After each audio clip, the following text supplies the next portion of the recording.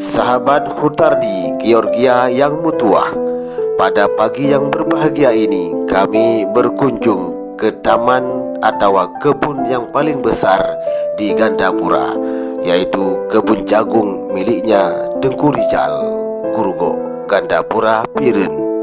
Kebun Tengku Rizal ini berada di Desa Palome, Kecamatan Gandapura, Aceh Biren. Kami doakan semoga Tengku Rizal sehat-sehat selalu dan berjaya dalam mengemban dan mengelola kebunnya yang sangat luas ini.